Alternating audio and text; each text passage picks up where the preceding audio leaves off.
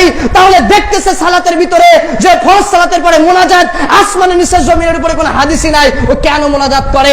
ও দেখেছে পায়ের সাথে পা মিলাতে হয়, তারপরে ওই হাদিসকে কেন মানুষের সামনে উপস্থাপন না করে না? প্রত্যেকটি আলেম কিন্তু ওই বুখারী মুসলিমের হাদিস পালন করে গেছে, কিভাবে সালাতে হাত বাঁধতে হবে, কিভাবে নামাজে দাঁড়াতে হবে, কিভাবে চুপ জোরে আমিন বলতে হবে, কিভাবে সালাত আদায় করতে হবে, প্রত্যেকটি হাদিস কিন্তু পড়ে এসেছে।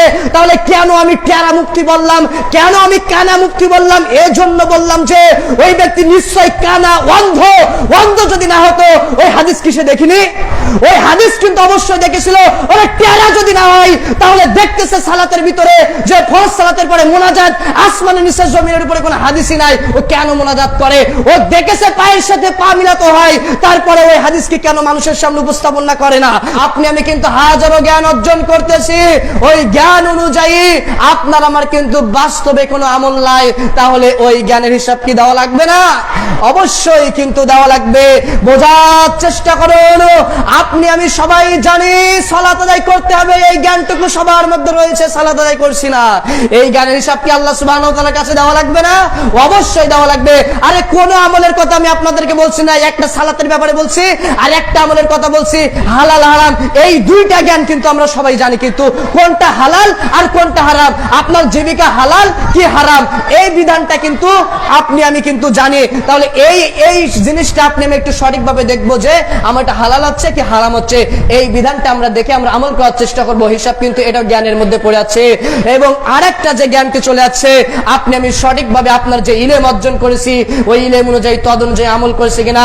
এদেশের ভিতরে হাজারো আলেম রয়েছে, হাজারো মুফতি রয়েছে, যে তারা যে জ্ঞান অর্জন করেছে জ্ঞানের সঠিক আমল করছে না। বোঝার চেষ্টা করুন, আজকে প্রত্যেকটা যারা আমাদের সমাজে আলেম রয়েছে সবাই কিন্তু আলিয়াতে পড়ুক আর কওমিতে পড়ুক, যে মাদ্রাসায় পড়ুক না কেন, সকলের কিন্তু বুখারী মুসলিম কিন্তু পড়ানো হয়। কিন্তু বোঝার চেষ্টা করুন, যারা দাওরা করে অবশ্যই তাদের কিন্তু বুখারী মুসলিম পড়ানো হয়, কামেল করলেও কিন্তু এই হাদিসগুলো তাদের পড়ানো হয়। এবার বোঝার চেষ্টা করুন, এবার যে স্টুডেন্টটি আপনার আমার ওই হাদিসগুলো পড়েছে কিভাবে জীবনযাপন করতে হবে, এবার বাস্তবে যদি না প্রয়োগ করে তাহলে ওই হিসাব কি দেওয়া লাগবে না? অবশ্যই দেওয়া লাগবে। এবার দেখুন, আপনার আমার সমাজে যত কানা টেরা মুক্তি রয়েছে, যারা আজকে সহিহ যে হাদিসগুলো রয়েছে মানুষের সামনে আজকে পেশ করতেছে না, অবশ্যই প্রত্যেকটি আলেম কিন্তু ওই বুখারী মুসলিমের হাদিস পালন করে গেছে, কিভাবে সালাতে হাত বাঁধতে হবে, কিভাবে নামাজে দাঁড়াতে হবে, কিভাবে চুপ জোরে আমিন বলতে হবে, কিভাবে সালাত আদায় করতে হবে, প্রত্যেকটি হাদিস কিন্তু পড়ে এসেছে। তাহলে কেন আমি টেরা মুক্তি বললাম, কেন আমি কানা মুক্তি বললাম? এজন্য বললাম যে ওই ব্যক্তি নিশ্চয় কানা, অন্ধ। অন্ধ যদি না হতো ওই হাদিস কিসে দেখিনি? ওই হাদিস কিন্তু অবশ্যই দেখেছিল। ওরা টেরা যদি না হয় তাহলে দেখতেছে সালাতের ভিতরে যে ফরজ সালাতের পরে মুনাজাত আসমানের নিচে জমিনের উপরে কোনো হাদিসই নাই, ও কেন মুনাজাত করে? ও দেখেছে পায়ের সাথে পা মিলাতে হয়, তারপরে ওই হাদিসকে কেন মানুষের সামনে উপস্থাপন না করে না? তাহলে এবার দেখুন এই টেরা কানা মুক্তির অবস্থা কিয়ামতের দিন কি হবে।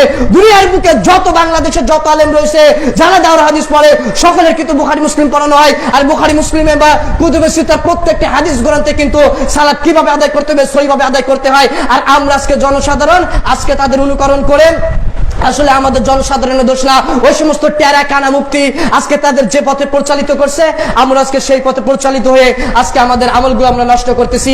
এই জন্য কানা টেরা মুক্তি থেকে আমরা ইলম নেওয়া বন্ধ করার চেষ্টা করব, কেননা তারা নিজেরাই কিন্তু পথভ্রষ্ট, তারা নিজেরাই কিন্তু আজকে কিন্তু কিয়ামতের দিন ধরা খেয়ে যাবে এবং তারা কিন্তু ভুল পথে পরিচালিত করছে।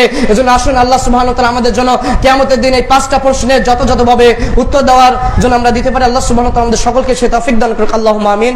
ওয়া আখিরু দাওয়ানা আলহামদুলিল্লাহি রাব্বিল আলামিন।